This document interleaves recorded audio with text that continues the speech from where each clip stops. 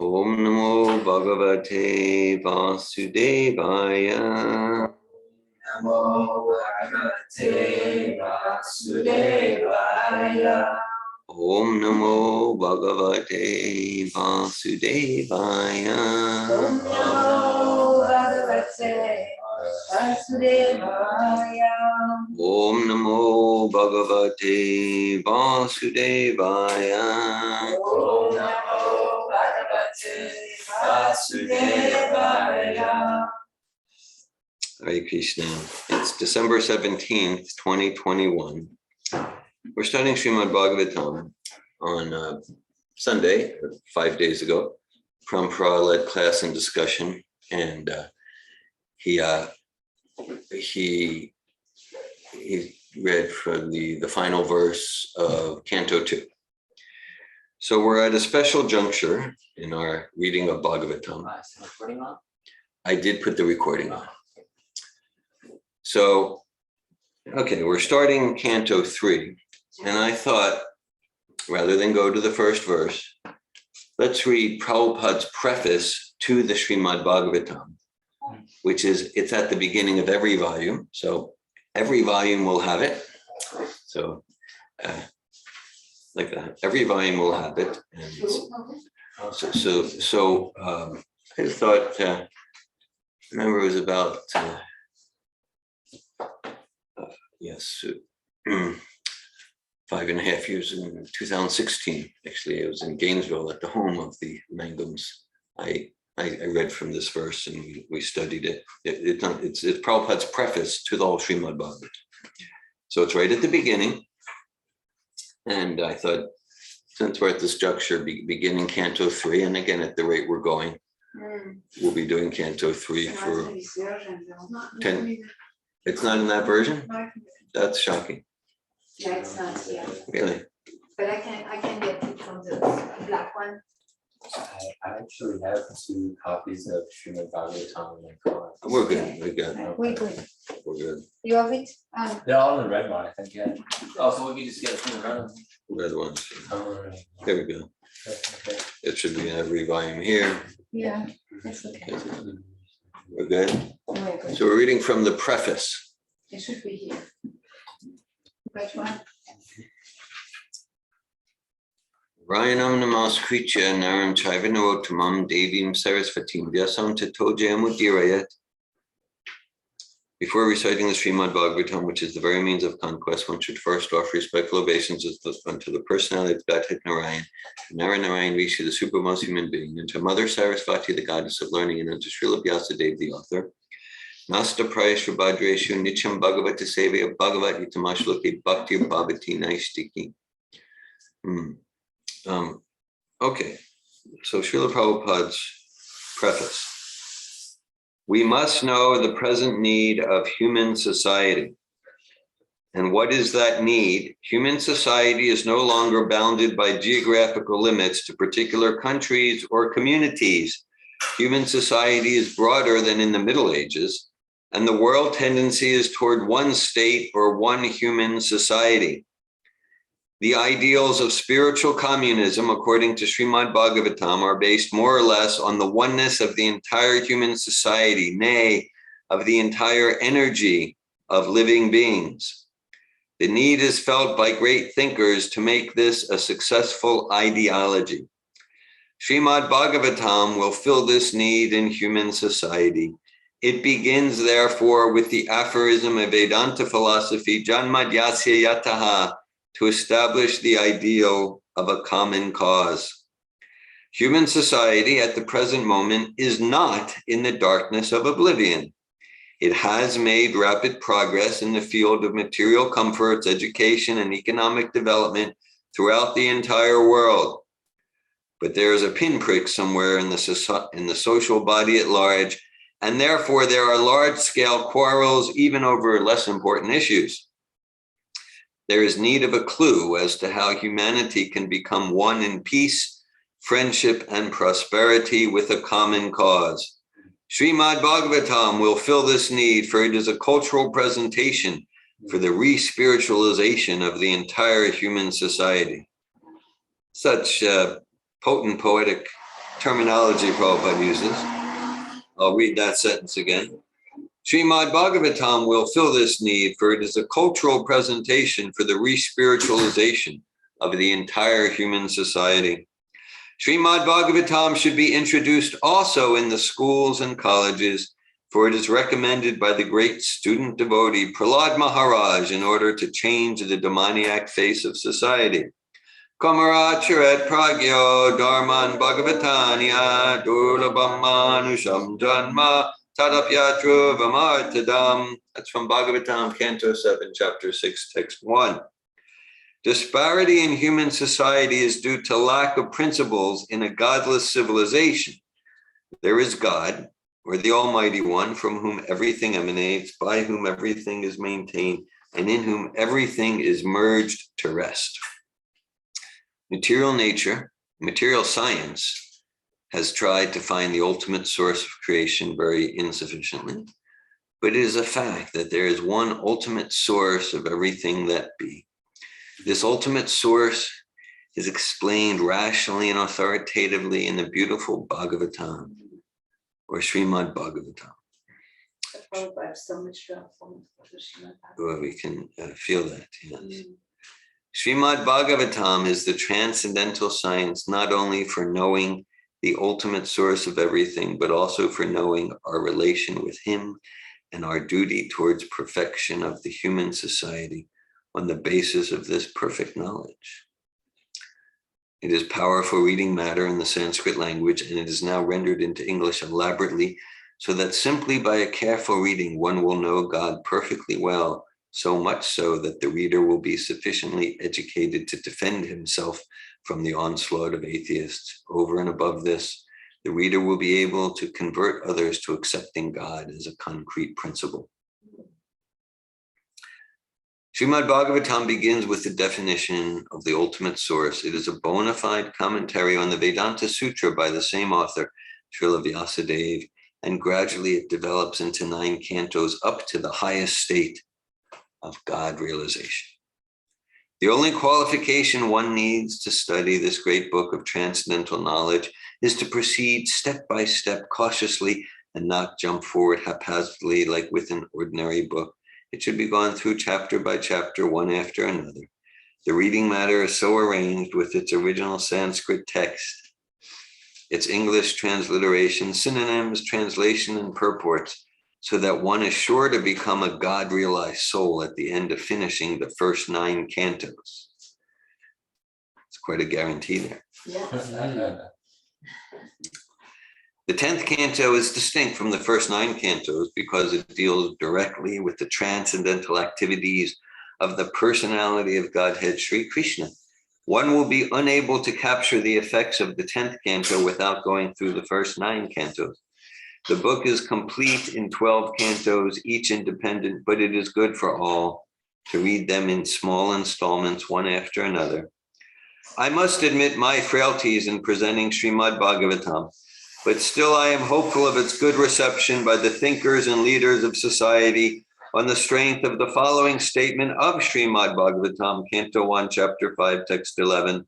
Tadvag visargo janata gaviplavo yasmin prati shlokam abhadavatyapi namanyananta shashon kintaniyach shrinvanti gayanti grinanti sadhava. Quote, on the other hand, that literature, which is full with descriptions of the transcendental glories of the name, fame, form, and pastimes of the unlimited Lord, the unlimited Supreme Lord, is a transcendental creation meant to bring about a revolution in the impious life of a misdirected civilization.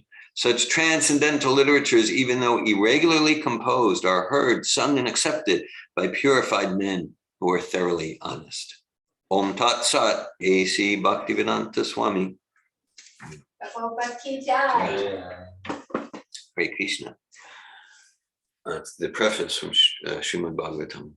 Om Gyanatimirandasya Gananjana Shalakaya Chakshur-nilitam Yena Tasmai Shri Gurave Namaha Shri Chaitanya Manobishtam Stapitam Yena Bhutale Svayamrupa Kadamayam Dadati Svapadantikam Vandeham Shri Guru Shri Uttapada Kamalam Shri Gurun Vaishnavam Shri Ropam Sagrajatam Saganaragnatam Vitam Tam Sajivam Sadvaitam Savadutam Parijana Sahitan Krishna Chaitanya Devam Shri Radha Krishna Padan Sagana Lalita Shri Vishakan Vitam Hey Krishna Karuna Sindhu Dinabandhu Jagatpate Gopisha Gopika Kanta Radha Kanta Namostite Tapta Kansana Gaurange Radhe Vrindavaneshware Vishabhanu Sute Devi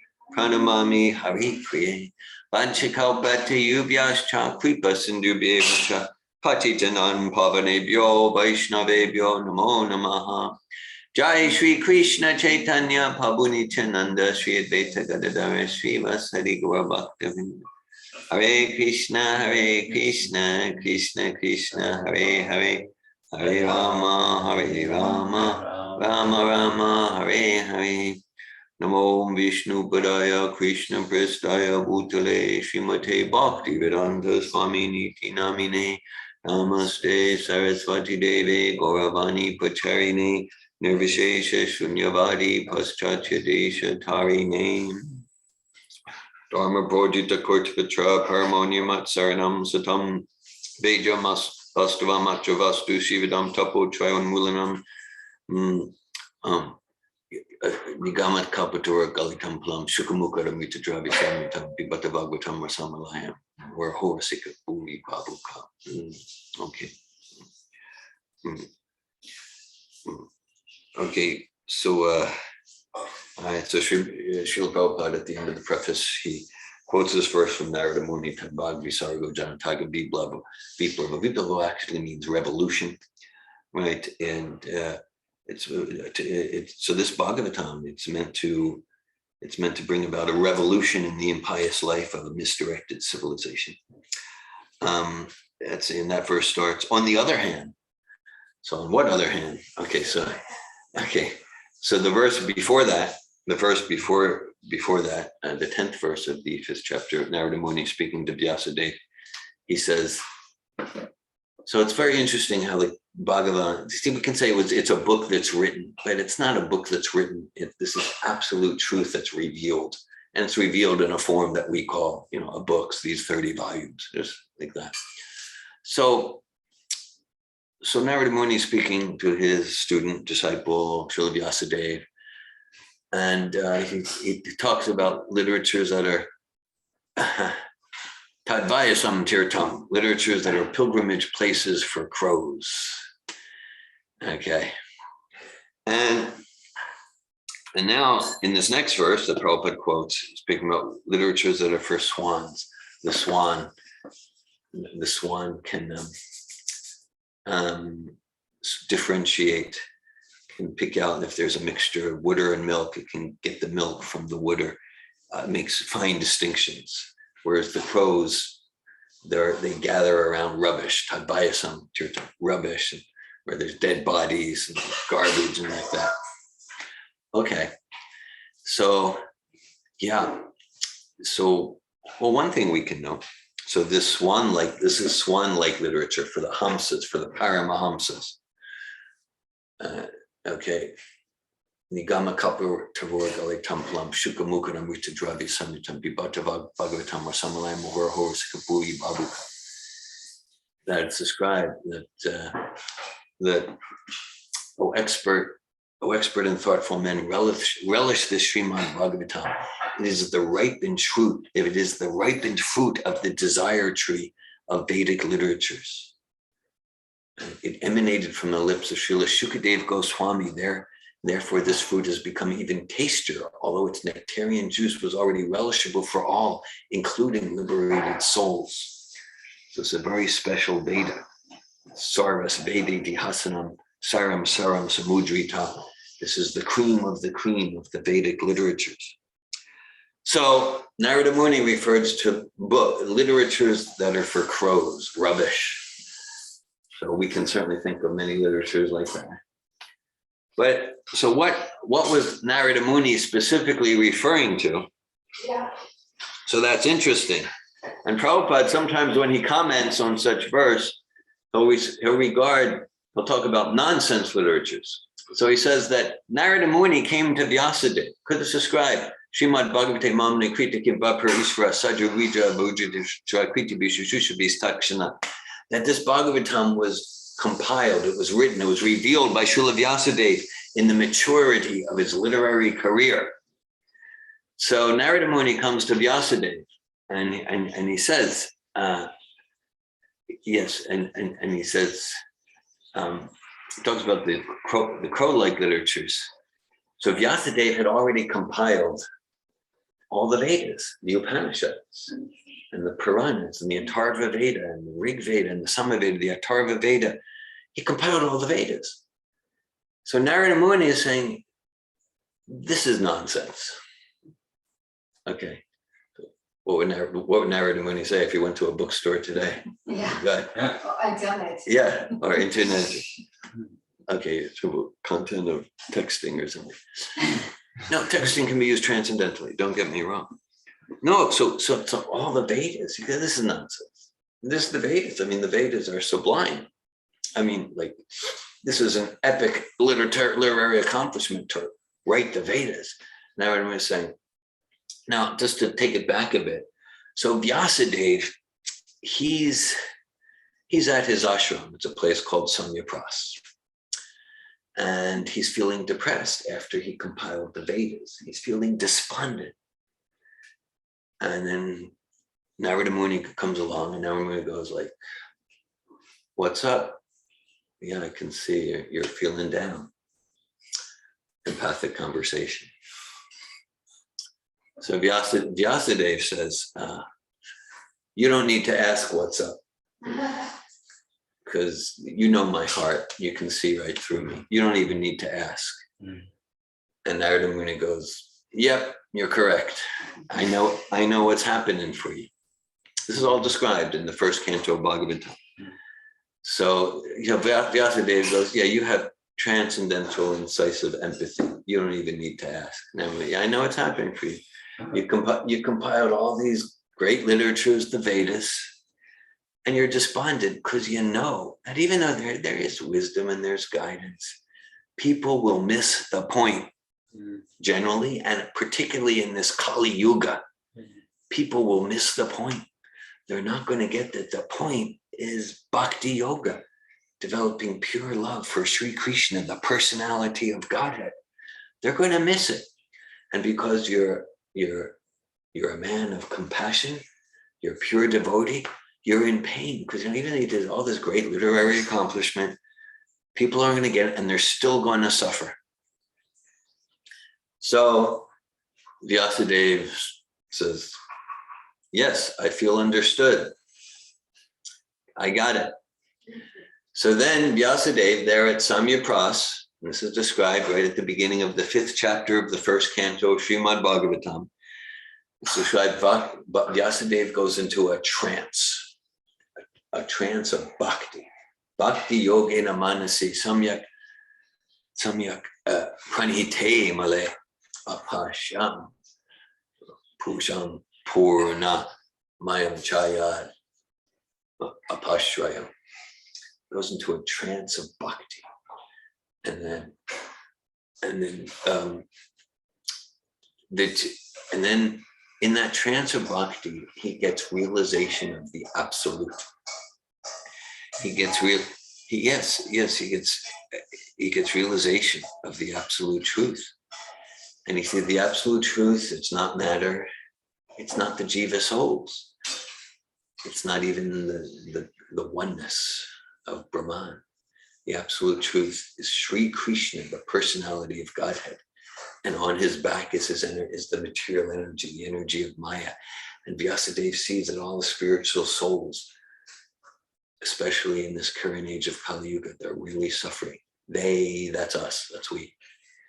So he has compassion because I did all this great literature, the Vedas, but people are going to miss the point. They're still going to suffer. And the root cause of all suffering is that these jiva spirit souls, conditioned by illusion, we attract illusion because we want to forget our original identity. The spirit souls are misidentifying Paro P, yes, they're misidentifying their eternal self with a temporary matter. And so anartha means like a weed in the heart, unwanted things.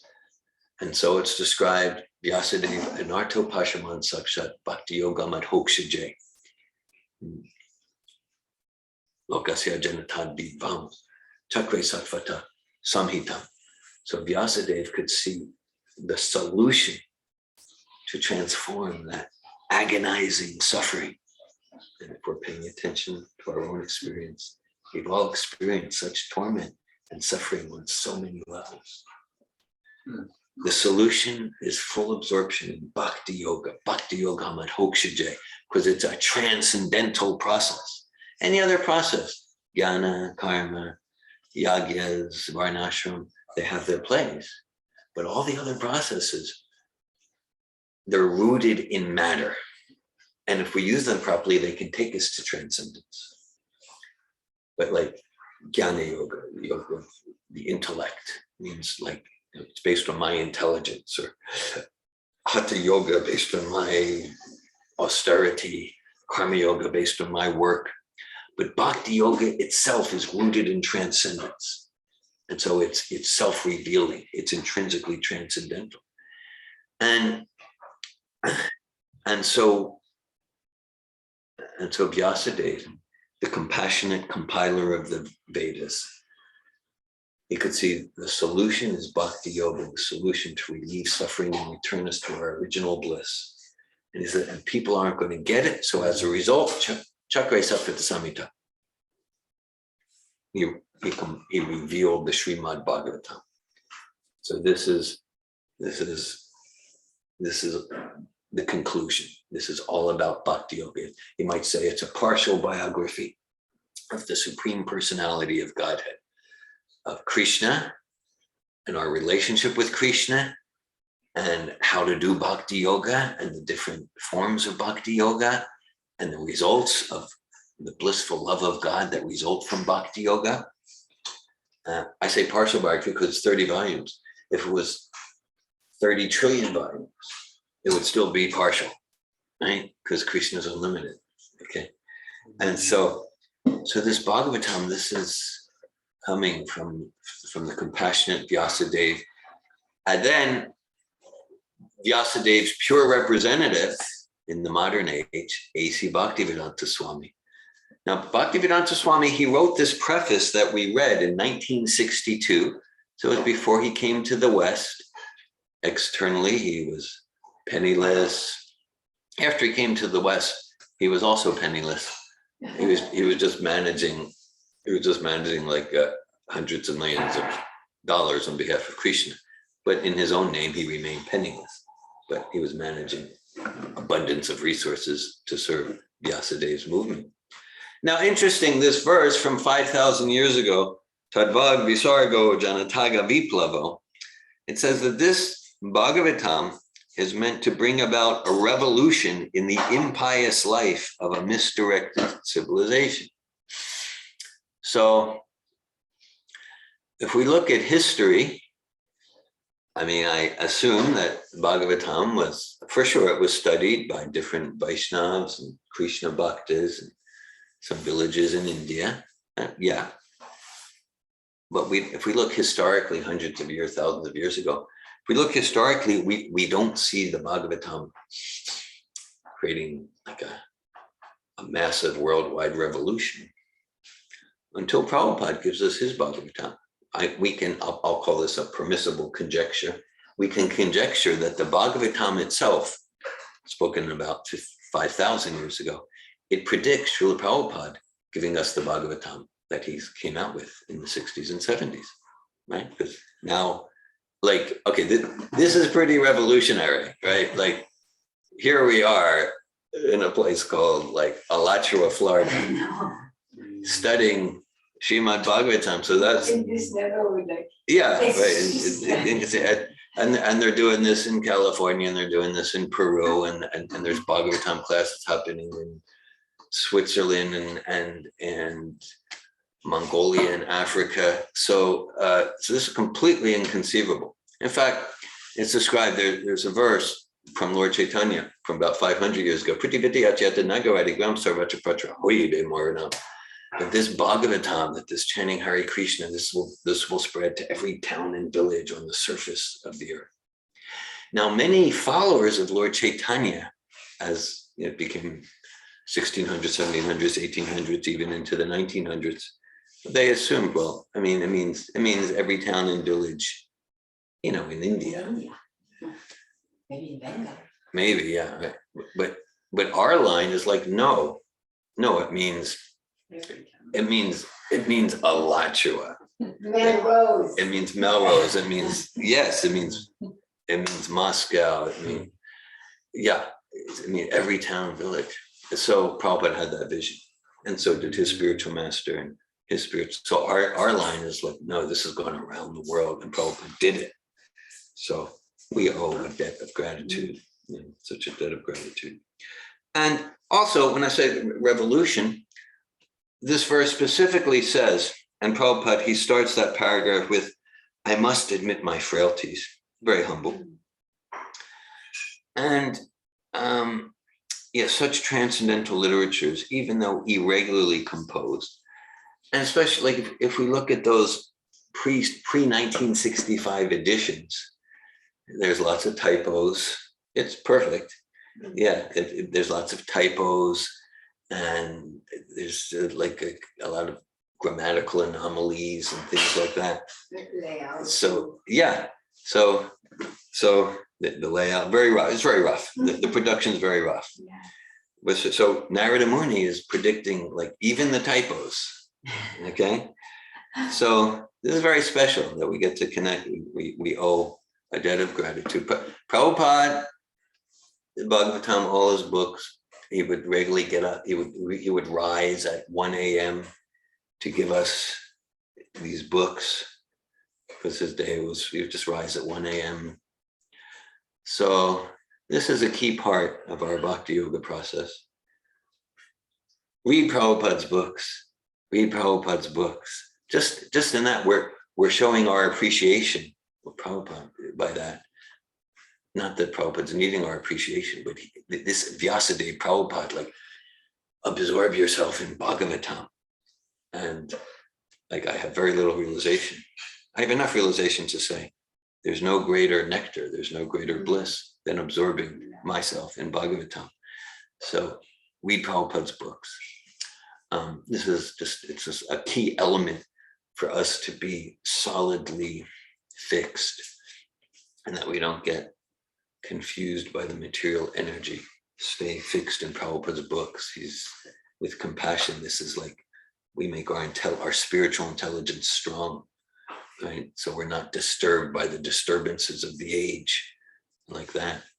And Prabhupada makes the point, so much so that the reader will be sufficiently educated to defend himself from the onslaught of atheists. Over and above this, the reader will be able to convert others to accept God as a concrete principle. So we absorb ourselves in Bhagavatam, and we more and more mold our life according to the principles and practices of Bhagavatam. And then we naturally become potent. And we like that term. We become a touchstone for transformation. We become a touchstone for transformation by our very way of being. Because then we are living vibrations of the absolute truth. Living vibrations of the absolute truth. What could be a better goal of life? What could be more sublime? We can make our lives sublime. And then we're really making a difference. Then we're really making a difference. And that requires that we're willing to do the discipline, heavy lifting,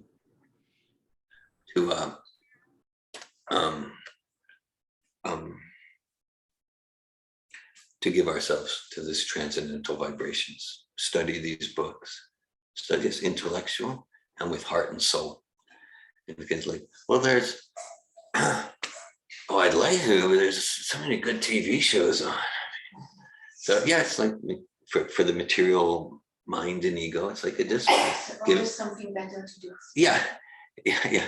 So as years go on, I'm realizing each day there's nothing better to do than to give myself to Prabhupada's books. And then we become potent. Prabhupada sometimes uses analogy, a Sanskrit analogy, the Visha Kanya. It's like a negative analogy, but okay, Visha Kanya. So Kanya means like beautiful young girl, and Visha means poison.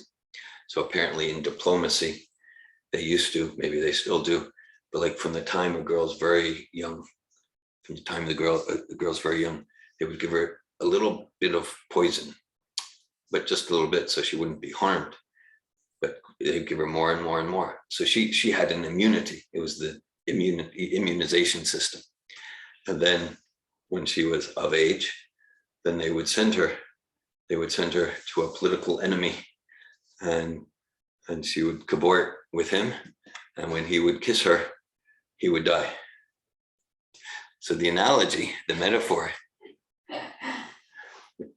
maybe they still do this, I don't know. So the analogy, the metaphor is that one becomes so spiritually potent by chanting Hare Krishna, absorbing ourselves in Srimad-Bhagavatam, that whoever we touch, whoever we contact, their spiritual life is destroyed. Their material life is destroyed. Their material life is destroyed. Okay, because we're potent that way. See, Prabhupada, he was potent, right? He came to a place where, like, actually, if you look, like when Prabhupada sailed on the Jaladuta in 1965, he had nothing materially, but he had a big container, a big crate of the Srimad-Bhagavatams. Actually, there was no market for Srimad-Bhagavatam in Pittsburgh at that time. Oh. No, there wasn't. There was no market for it. There wasn't just like, the population of American Europe, just like Japan. We just want someone to sell us Bhagavatams. There was no market. But because Prabhupada's potency, he's creating a market. So here we are in Alachua, Florida. Okay. So that's, so that we become so spiritually potent, and that requires joyful discipline, voluntarily tapo divyam putragena sattvam shutya yasman brahmasapyam trinanta, voluntarily giving us to austerity, where we cultivate our spiritual potency, like studying Srimad-Bhagavatam in the morning, and then whoever we touch, then we represent Prabhupada, and the material life is destroyed. Okay, and so so we can feel Prabhupada's compassion representing Vyasadev's compassion. Prabhupada, in this preface, he's quoting Prahlad Maharaj, the first verse of the 6th chapter of the 7th canto. Right? Every morning we sing Jai Prahlad Maharaj and Prahlad Alada Dayane. Okay? So Prahlad, he's this special devotee. Right, and at 5 years old, he was so tormented. His father was trying to torture him and kill him in so many ways. Because all his father wanted is just like that Prahlad, like, I just want you to be a good materialist and just like study diplomacy and economics and rule a kingdom. But Prahlad, well, I just want to serve Krishna. So his father eventually became intolerant, tried to kill him, torment him. And at one point, so Prahlad is Prahlad's in the kindergarten, essentially, with his classmates and other sons of the great politicians and warriors of the Damaniya kingdom, Hiranyakashipu. And so it's during recess, and the teachers are out. It's recess. And Prahlad's like talking to him about Bhakti Yoga, and they're attracted, like, oh, so all this just like cutthroat diplomacy. No, just serve Krishna with love if you really want to be happy. So the other kids are saying, well, okay, well, maybe when we get older, maybe when we get older, maybe like when we're like 70 or 80 or something. But Prahlad is like, no, now, 5 years old, start now. See, Prahlad himself, his history, he started when he was in the womb of his mother. Narada Muni, it's a whole story. It's described in the 7th canto. That thing, we Bhagavatam, we know all these stories and all the profound philosophy behind them. Read Bhagavatam. So Narada Muni had Hiranyakashipu's wife, Prahlad's mother, in the ashram there. And he was speaking to her transcendental philosophy. We don't get that she absorbed too much, but there was the child in the womb. In fact, the demigods, they were going to kill the child in the womb. They were going to do an abortion because they thought this child is probably as evil and wicked as his father. We need to kill him. But Narada Muni said, no. You don't understand. This is a very special, pure devotee of Krishna. So Prahlad Maharaj says, Kamrachret Prabhu Dharmam Bhagavatamiham Durlabam Manusham Janma Tadap Yadrum Artadam. That you say, no, start when you're a child. Start when you're a child. And it says for parents, for teachers. These because first of all, we can think, well, I want to be happy now, but maybe later in life I'll take spiritual life.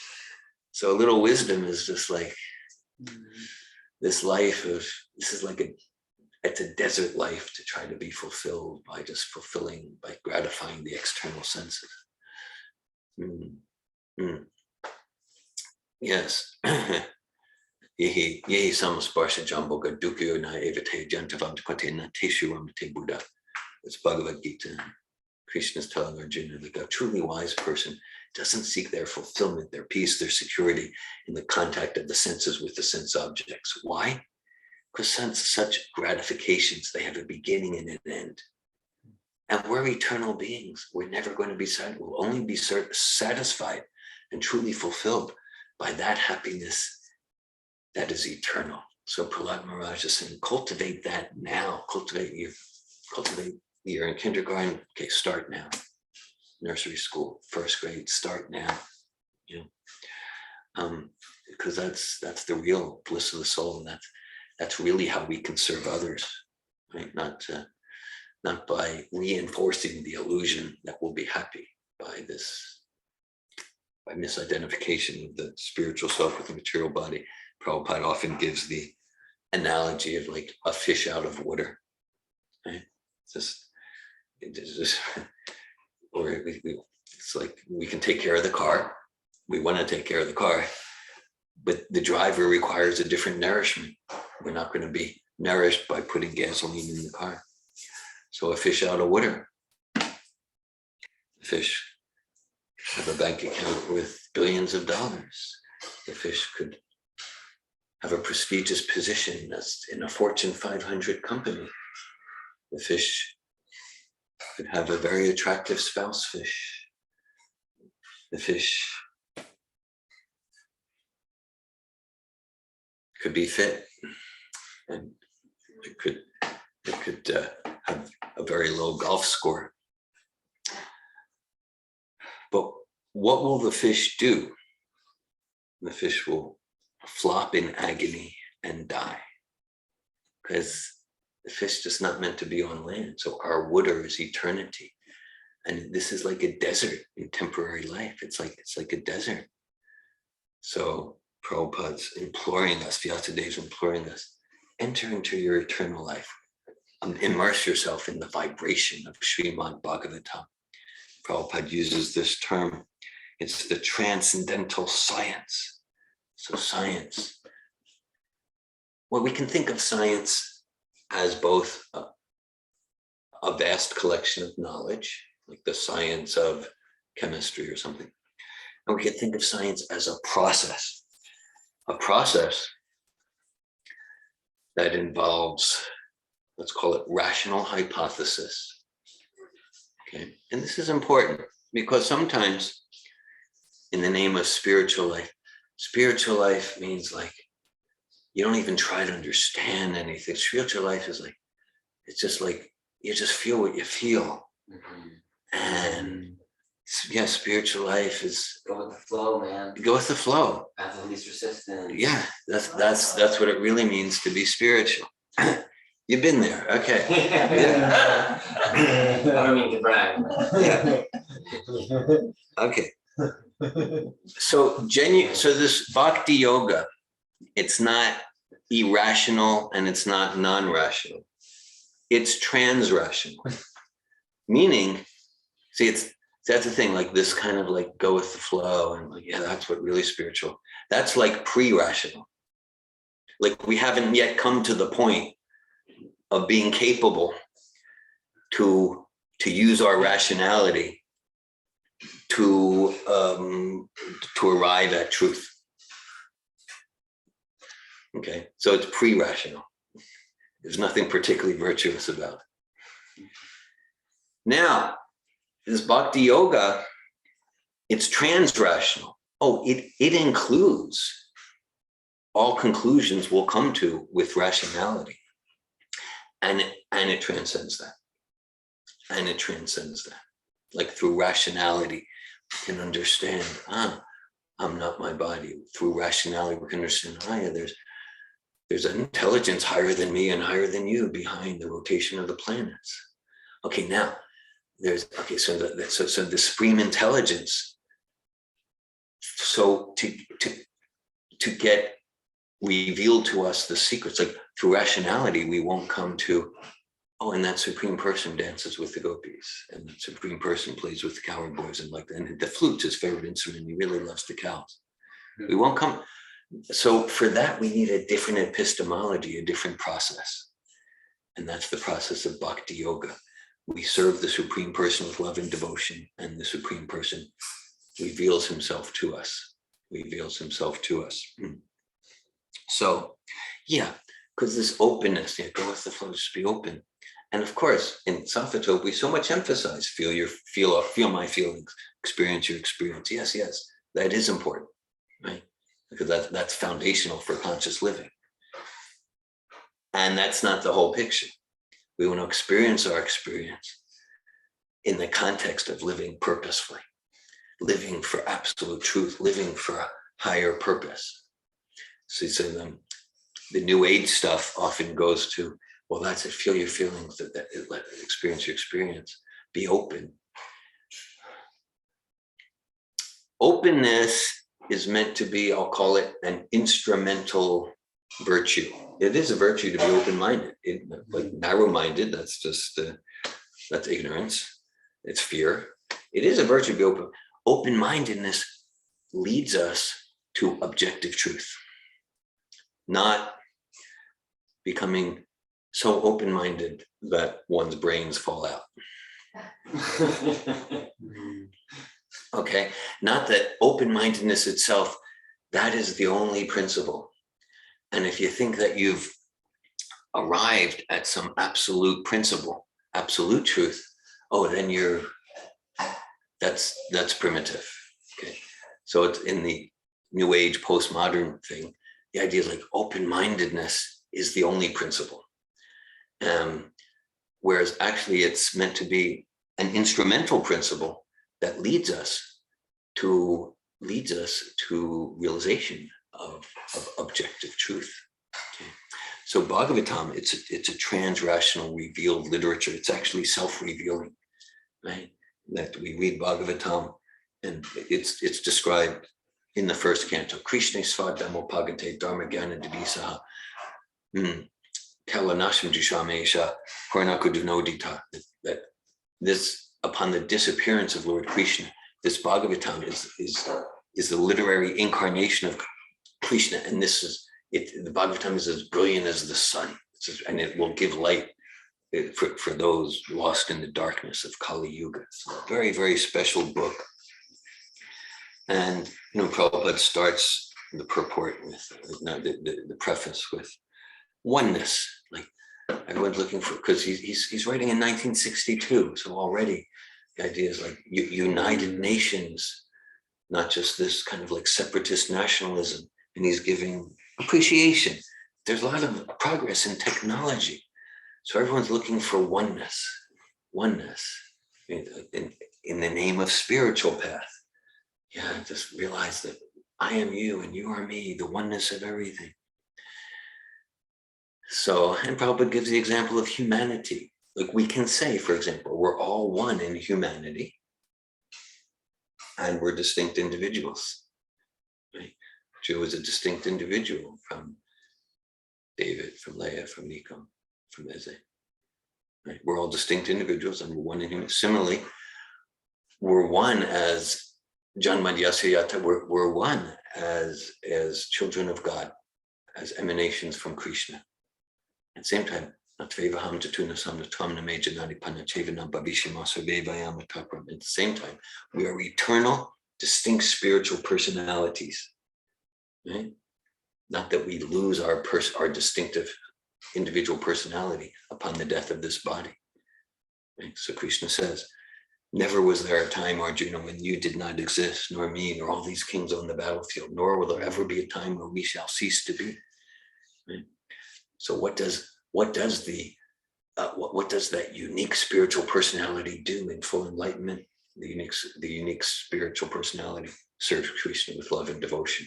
And Vyasadev's giving, this is the conclusion of all the Vedas. Hare Krishna. Thanks for listening to some words related to Srila Prabhupada's profound, beautiful preface to Srimad-Bhagavatam. Thank you and welcome at this time if anyone would like to share any comments or ask any questions. Laura.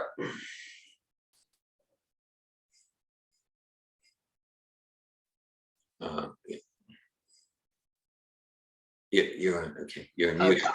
Hi there. Thank you for class. What I want to share, hold on.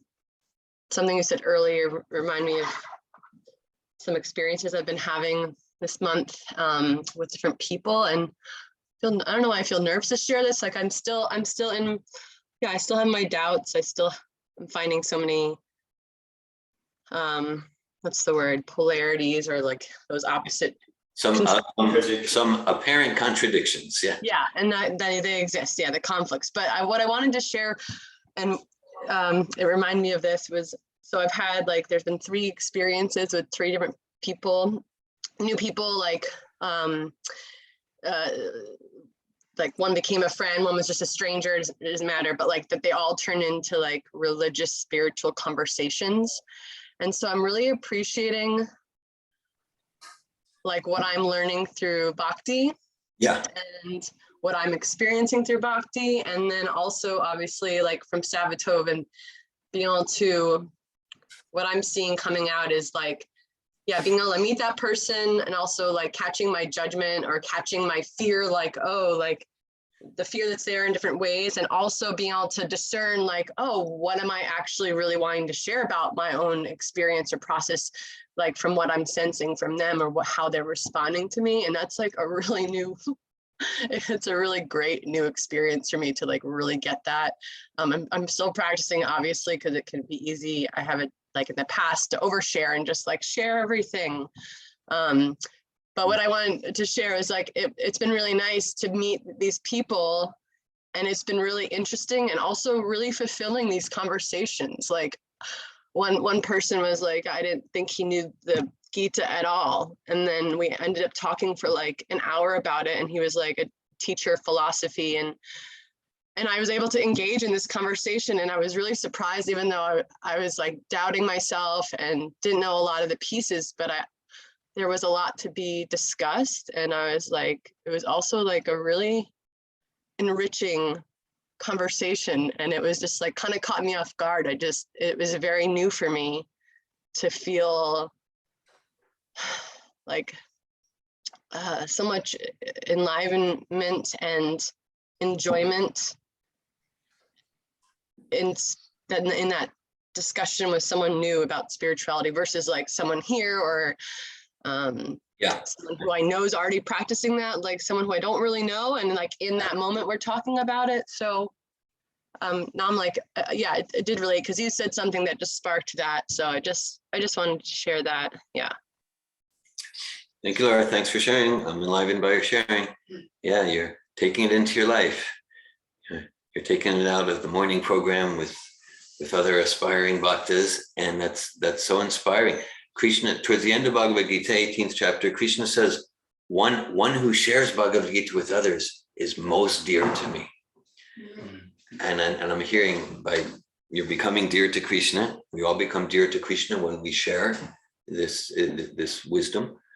And I hear you're alive. It's like it's strengthening for your own sense of like inner self-respect, self-worth. I get that, and like it strengthens your confidence in this process. It's very exciting for you. And thanks for sharing. You're becoming dear to Krishna.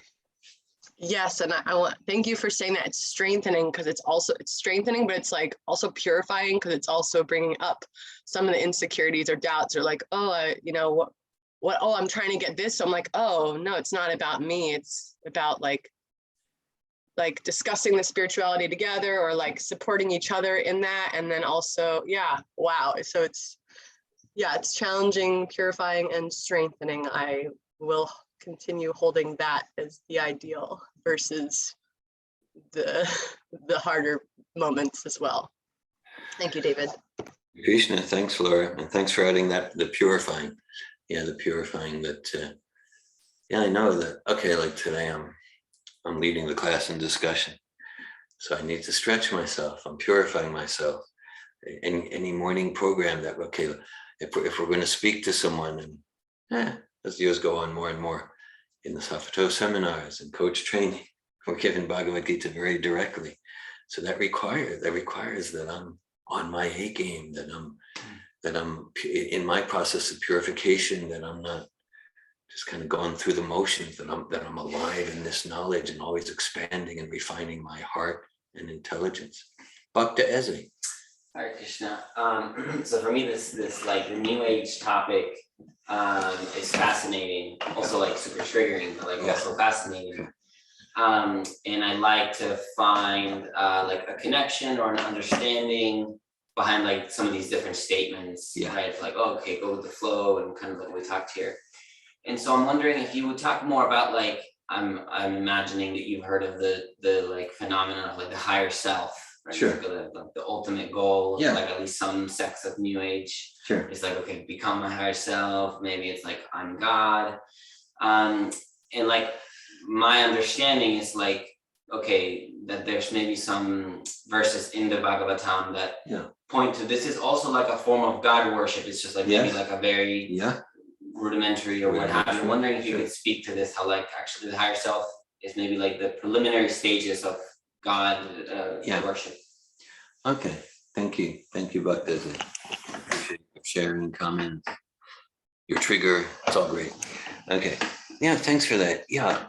So of course, when we talk about like New Ages, we're really not just more because like, someone who's into those things, they're probably more likely to be vegetarian and not doing violence to animals, and they're more likely to be maybe in some meditation or like that, so Bhagavad Gita, Krishna talks about one who worships himself as God. Usually we'll dissect that and deconstruct the fallacies of that and make jokes like, okay, so what I am you. Okay, so if the wallet's in your pocket were to be in my pocket, you'd be fine because I am you and you are me. No one gives me their wallet, that sort of thing. Or like, okay, so if I am God, then how come I'm suffering with gastrointestinal problems? I am God. How come, I can't find my car keys today? How God did for God, we usually must. But Krishna says, no, it's a rudimentary, because the idea, the thing that's worthy is like there's something higher than just the material ego self. So that could be a beginning. Now, if we stop there, then it's, it's incomplete. It's incomplete. But that can be a beginning. So that's why, like, we're getting like the most encompassing transrational body of knowledge here in Prabhupada's books. Doesn't mean that I'm realized in that, but we are getting it. And so sometimes in speaking with others, maybe most of the time, that is to appreciate the congruence. Appreciate the congruence and like that. And sometimes, the most, our purpose is to support them in seeing maybe a more complete perspective. And sometimes maybe our purpose is to simply dissect and point out apparent contradictions, and like to help everyone involved, including ourselves, get higher perspective. So okay, so that's there in Bhagavad Gita, 9th chapter. Worship oneself as God. There's some conception of something higher than just animal materialism. So that could be a beginning, and then hopefully it leads to other stages, which are described quite many other stages. And then the idea of, okay, like often I'll find, oh yeah, sometimes I'll just share like that analogy that we hear so much. And then for many in this kind of like simplistic, you are all God, and the whole idea of, like, okay, we could share the sun globe and the sun rays, right? So say like if we're here at 7:15 a.m., we could say the sun is coming into Malini's temple room. And that's true because the sun rays, they are non-different from the sun. The sun rays are the sun. But when we say the sun's coming into Malini's room, Malini's home, we're not saying that the sun globe is coming, right? So sometimes just that analogy helps people, like they feel, many people feel met where they're at. Oh yeah, so we are like the sun, we are God and so on. And there's a difference. And there's a difference. Right, because there's also a difference between the sun rays and the sun globe, where the sun globe is, 1.4 million times greater in volume than the whole Earth, what to speak of this room. So there's similarity, like the sun rays they heat, they give light, so does the sun globe. And there's a difference in quantity. Sometimes like that can help see like empathically meeting one where they're at and suggesting, and perhaps there's a more complete perspective. Melanie? I wonder, yesterday I was reading in a purport of Srila Prabhupada's at the end of the Canto. Srila Prabhupada says something like all process of self-realization, they are kind of waste of time if there is no bhakti in it. Okay, yeah.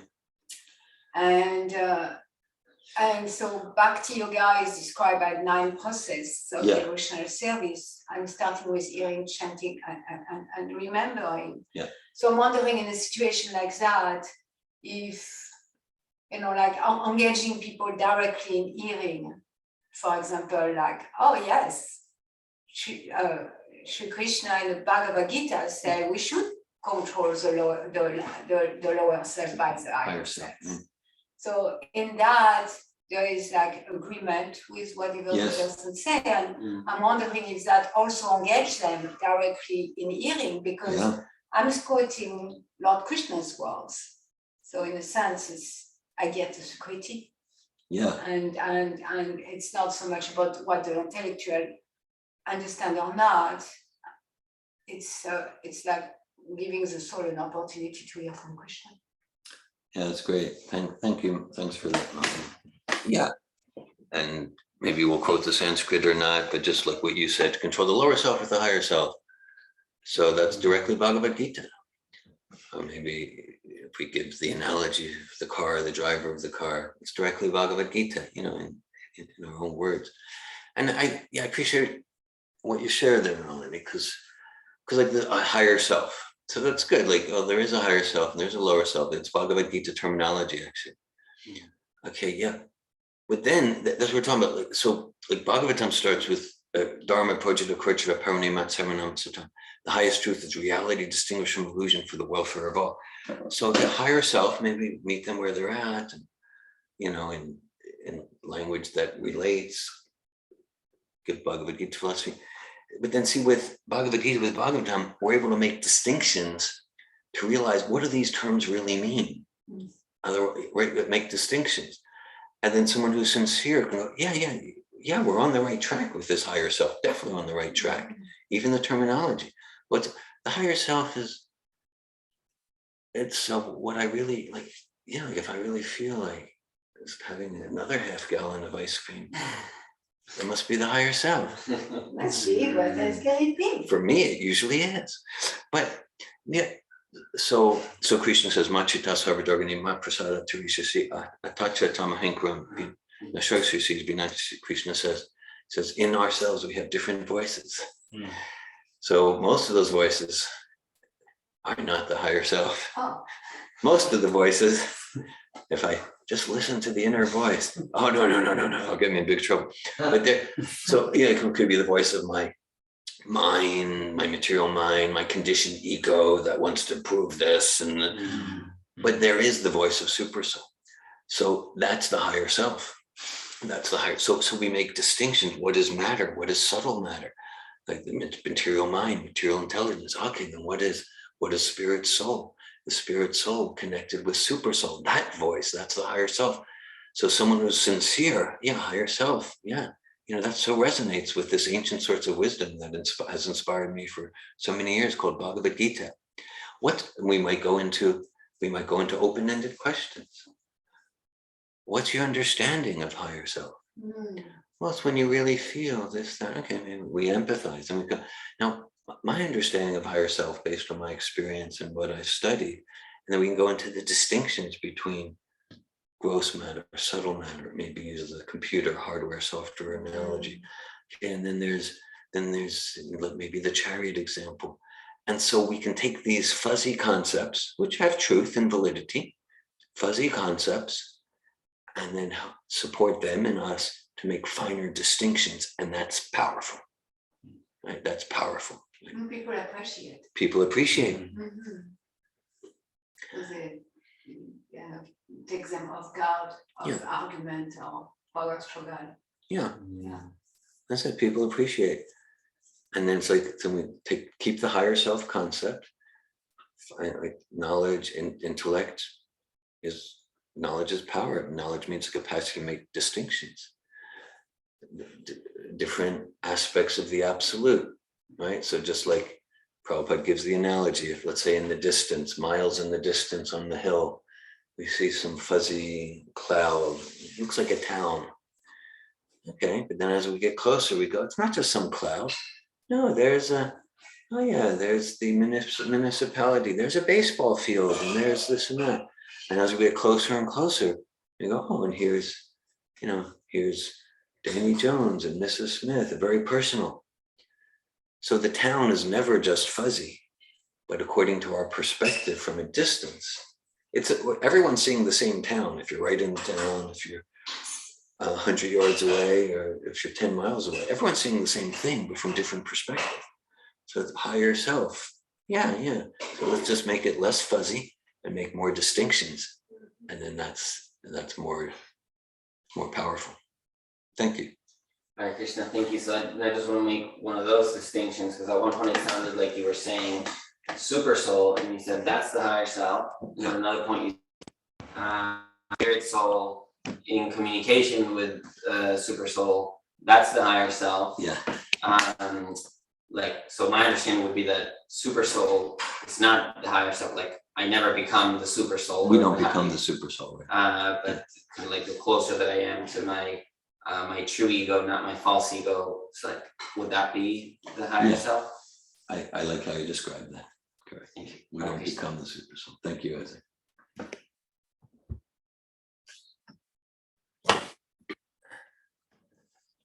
Okay. Thank you for the discussion. Any other comments, realizations, or questions?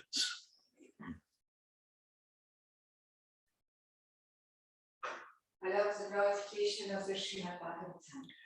Malini said from the kitchen, she loves the glorification of Srimad-Bhagavatam. I'll share that, like being here in real association versus virtual association is really powerful to me, and but then I've kind of been backing off because there's just so much screen time going on with everything that I don't know, it felt mechanical or something, and I was going through some motions, but not really. Yeah. And I seem to connect with Bhagavatam better when I'm sitting down with it and me, and I have some paper. Yeah. And it's like, I lose track of time, and I really enjoy reading and learning and studying and getting like some grounding so that I can listen to what you're saying, because I don't know, somehow I need to get myself prepared to be open to hear. But I like hearing. When I'm driving or cooking, I can hear, but I don't get that same taste as when I'm sitting down, focused in. And to me, it needs to be in the morning because that's when I'm the most alert. Yeah. So driving here is harder because it's so far, and the traffic is really crazy this time of week coming to Gainesville. It's an austerity. So, but I don't. So I just was like, I don't want to do that. Like I don't want to be in the dark. I don't want to be in the traffic. But so I tried to see today, what does it feel like if I get a little association just driving later in the morning? I don't think it was really tough. So I don't know about that. But still, but as I'm sitting here, it's just really nice I feel the energy of us, and it feels so good. It feels so much, it's just so enlivening that I don't get when I'm at home by myself. So trying to find that balance and like, I see myself like as sort of an introvert loner type. I can turn it on, but that energy to turn it on and be with people it's draining to me sometimes. So in my job there at Prabhupada House is so much of that, that the last thing I want to do is drive and go be with more people. I like, okay, everybody's quiet or to bed or gone. Let me get back to my reading. And so I'm just really been looking at the last few months, trying to change up my program to figure out my program to go, okay, because I really like showing up from 5 to 9:30, and then my day's set. Like I'm like, but I wasn't really getting that intimate juice that I needed with my self-study, because then there's cooking and people, and then it's dark, and then I can't focus on, I can't read. I can read, but it's not. So what I discovered was if I listen to lectures sort of towards the bedtime, I'm not hearing it all, but it still feels like juice, And so I go to bed with some, hopefully, I'm hoping that it all just kind of subconsciously seeping in. But like been figuring out this routine, but sitting here today, I just feel so much happier than doing it alone. But the work it takes to figure it out in the schedule of what my life's turned into out there has been, it's required me to look at it and sort of dissect it all and go, okay, I don't know, because I just jumped into this a few years ago, and there's all these fragments, but somehow my brain wants to put something in a continuum, like read Canto 1, read the beginning, like we just started Bhagavad Gita again with Molly's class, and it's like, I don't know, I need things kind of linear, although it's so repetitive, no matter where you pick up, it's right back there, the same messages. But I guess I'm asking like the value of true association, like, Bhakti Yoga and Prabhupada, they're all out there. But it's not like this to me. It doesn't feel me in this way. So I've been kind of leaning on that sort of less than personal. I don't know how to describe it. It feels beautiful, and I have no complaints about my space out there and the room being filled with all these beautiful acharyas. But it's and to read in there is a premium. But this I don't get enough of this in-person physical presence. Well, I'm glad to see you, Lakshmi Priya. It's been a while since you've come here for an in-person. It has. In-person attendance and not just attendance, participation. So, I'm hearing your experience. I think the experience you share is the response to your question, that you're getting something specially enlivening and something especially fresh and enlivening. And it comes at a cost, a sacrifice to get out here. That was I heard that. And it's let's see, it's, well, I know I see you today, so I'm like, let's just make a day of it. I'll be up here anyway, so let's just kind of, then I can go see Brother Jonathan and Payam and everybody, and kind of get my electro fix and then go back. But it's so tempting out there to kind of go in the cave. It's a big cave, beautiful scenery out every window, beautiful weather, and it's just such a world of its own. But it's so removed from this, I miss this. thanks for sharing your experience as well. This is why Malini and I, we've been regularly hosting these programs for 11 years. And that's why this Sunday, you're hosting a program in Melrose, at Prabhupada House. Okay, so I mean, I'll share it. So, and that's why Prabhupada set up centers all around the world. Of course, in those days, there was no virtual participation. And Prabhupada gave us his books for what's called Bani Association. So, yeah, we want to be joyfully responsible, change our life for such association, such that we'll be steadily more and more enlivened in Krishna consciousness. And that's why attending programs and hosting programs, so to like that. At the same time, and this point does not minimize the first point, we all, as you're doing, and we also want to cultivate that we're not dependent on such association.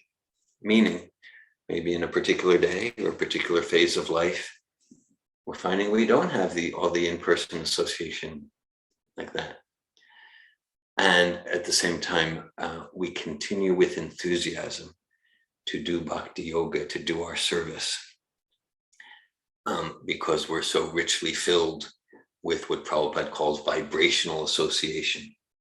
Prabhupada's Murti, a form of Vapu, Prabhupada's books, hearing the lectures, chanting Hare Krishna, fulfilling our vow to chant japa.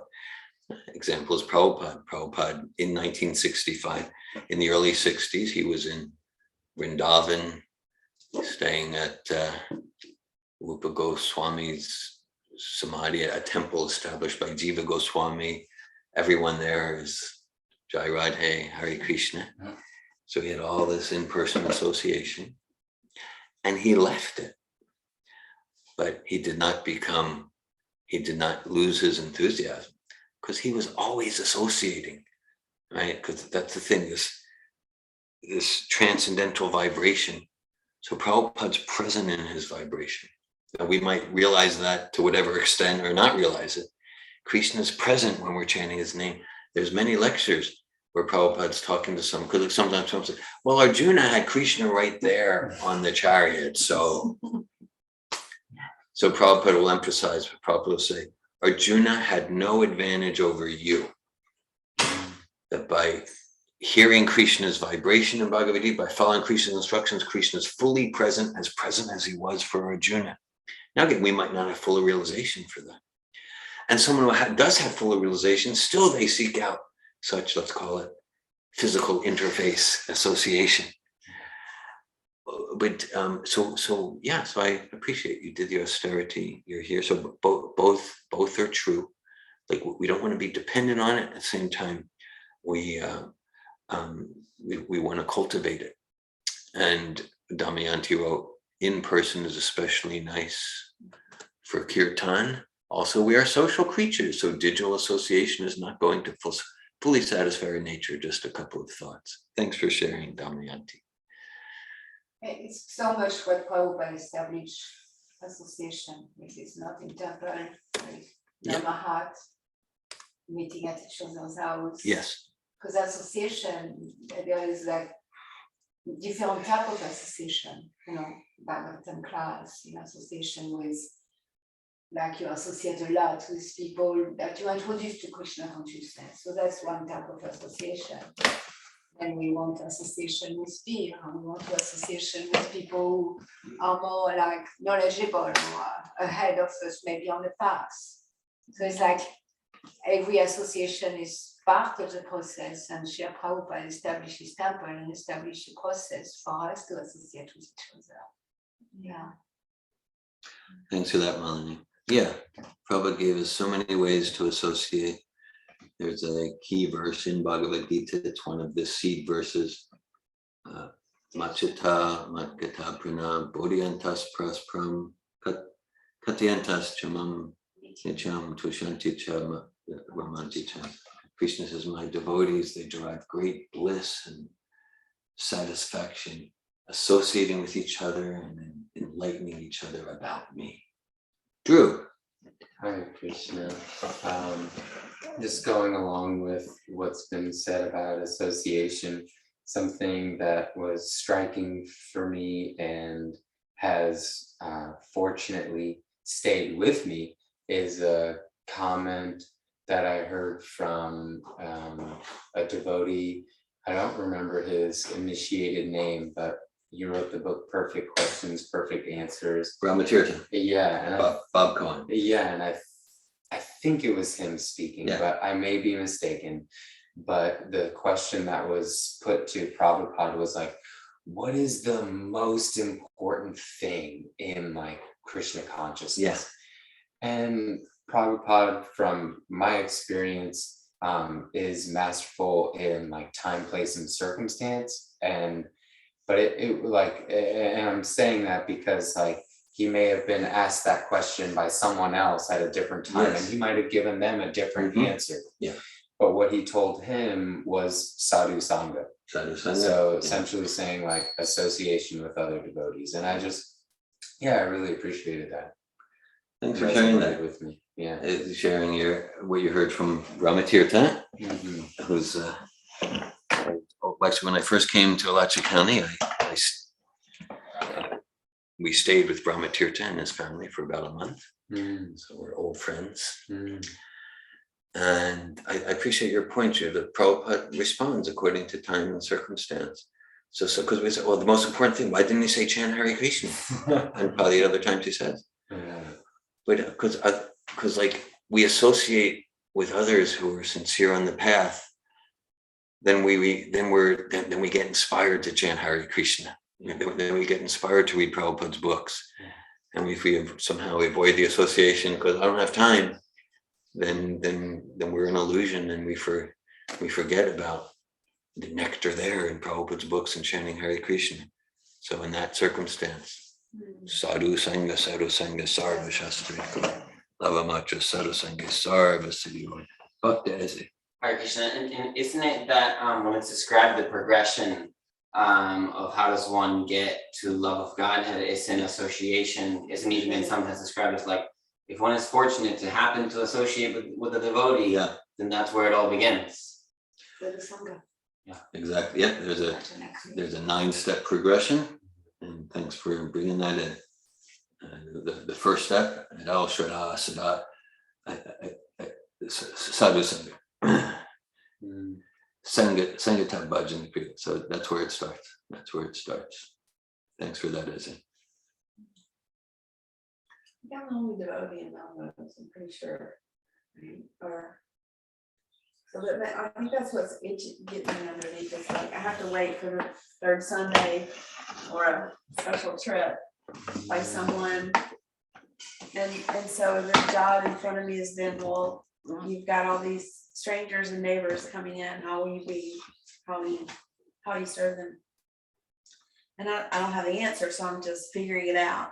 And it's time consuming and it's heavy sometimes and it's frustrating and it's tiring, but it's also beautiful. And then there's moments where it's perfection. And one of the guests said to me last night when I was cooking dinner, she goes, you are in your zone doing this. And I was like, I know.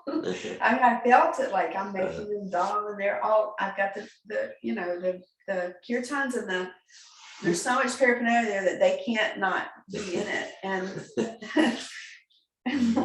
last night I took the cushions outside and just put them in a circle on the deck so we could all eat, face to face instead of at a table. So I wanted to see what the energy change was, because at the rectangle, sometimes it's hard to. So we sat in a circle, and there's men with me now, and they're not really they're like, we're doing what?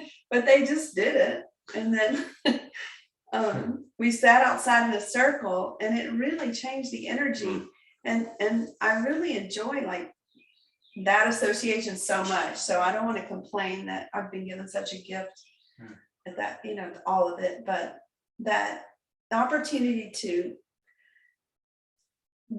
hold space for all these people in different places in their life and serve them prasadam, bring their energy down, because that's the main thing that happens is you bringing their energy down to where we can have, some connection. because they're working, they're moving, they're traveling, and then it's just beautiful. It's like a rose opening. It's so beautiful. And so I'm so grateful. So I don't want to, I also want more devotees out there. Yeah, yeah. Hello. Because it's not the same as the conversation, the reading. It's me trying to figure out how do I connect with this person. And it's you are the association. You're the senior devotee. It's like you come here and you get nourished, nurtured, you fill yourself up, and then you so much appreciate your service there. There, you are the association. I mean, I suppose like that. I want to be picked up too. I don't want to do all the picking up. Yeah, I want some juice coming. I'm not. It's a different kind of juice, but I want some of that, like where there's a level playing field or a playing field where I'm getting something, because I'm always digging to see what I can give to all the guests, and then it taps me energetically, but it also gives me super energy. I need less and less sleep because of it. But it's when you said that, I just went, that's what's missing. There's not enough devotees like us out there all the time. Yeah. So I just put that out there for association. You're the one who knows Bhagavatam a lot more than anyone else in your association. You are the senior devotee, and that's so enlivening to get to share. And that's what Laura shared earlier. And at the same time, you like to be with others who are absorbed in Bhagavatam as much as or more than you. That's important too. And so you came here this morning. I think it would also enliven them to see what we're like together. Besides, you see a little bit of it on those Sundays, but the day-to-day life out there, so they can see how we interact and work so respectfully with each other and talk God consciousness constantly and all that kind of thing. It's not just, I'm not an anomaly that's this, this house is really cool and the food's good, but she's really nice, but like to really see how we take it into life, it's hard when there's just these. Thank you, Lakshmi Priya. Srimad-Bhagavatam ki. Srila Prabhupada ki jai. Hare Krishna.